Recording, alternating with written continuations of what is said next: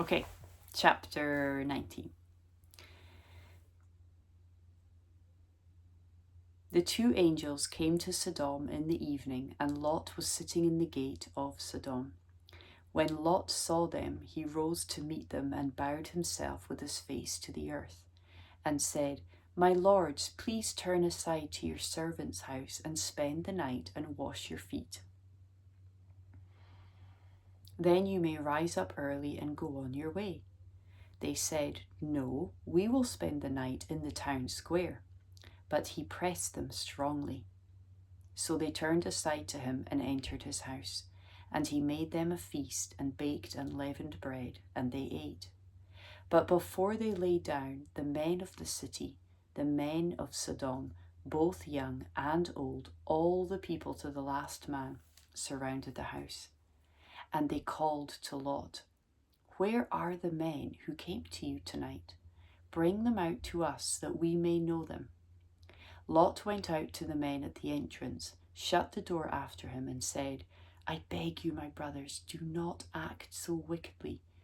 Behold, I have 2 daughters who have not known any man. Let me bring them out to you, and do to them as you please. Only do nothing to these men, for they have come under the shelter of my roof." But they said, "Stand back."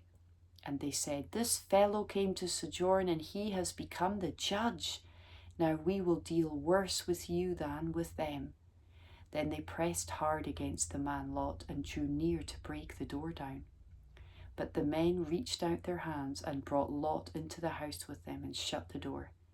And they struck with blindness the men who were at the entrance of the house, both small and great, so that they wore themselves out groping for the door. Then the men said to Lot, "Have you anyone else here? Sons-in-law, sons, daughters, or anyone you have in the city? Bring them out of the place, for we are about to destroy this place, because the outcry against its people has become great before the Lord, and the Lord has sent us to destroy it." So Lot went out and said to his sons-in-law, who were to marry his daughters, "Up, get out of this place, for the Lord is about to destroy the city." But he seemed to his sons-in-law to be jesting.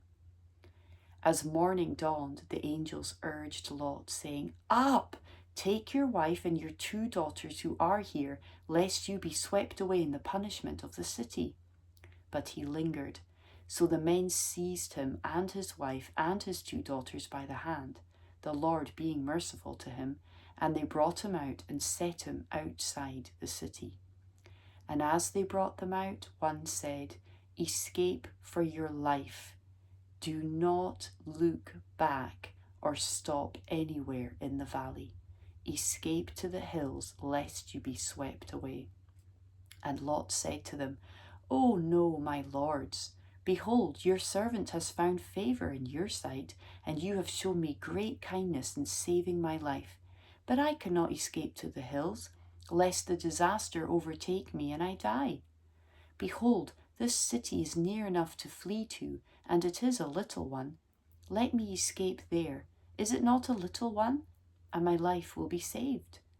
He said to him, "Behold, I grant you this favor also, that I will not overthrow the city of which you have spoken. Escape there quickly, for I can do nothing till you arrive there." Therefore the name of the city was called Zoar. The sun had risen on the earth when Lot came to Zoar. Then the Lord rained on Sodom and Gomorrah sulphur and fire from the Lord out of heaven. And he overthrew those cities, and all the valley, and all the inhabitants of the cities, and what grew on the ground. But Lot's wife behind him looked back, and she became a pillar of salt.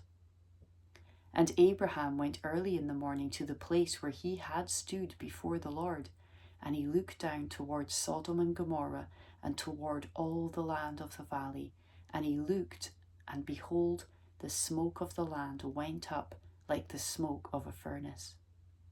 So it was that, when God destroyed the cities of the valley, God remembered Abraham and sent Lot out of the midst of the overthrow, when he overthrew the cities in which Lot had lived.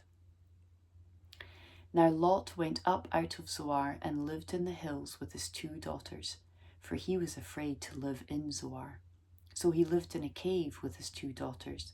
And the firstborn said to the younger, Our father is old, and there is not a man on earth to come in to us after the manner of all the earth.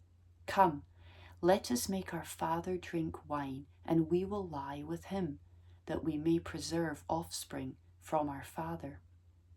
So they made their father drink wine that night, and the firstborn went in and lay with her father.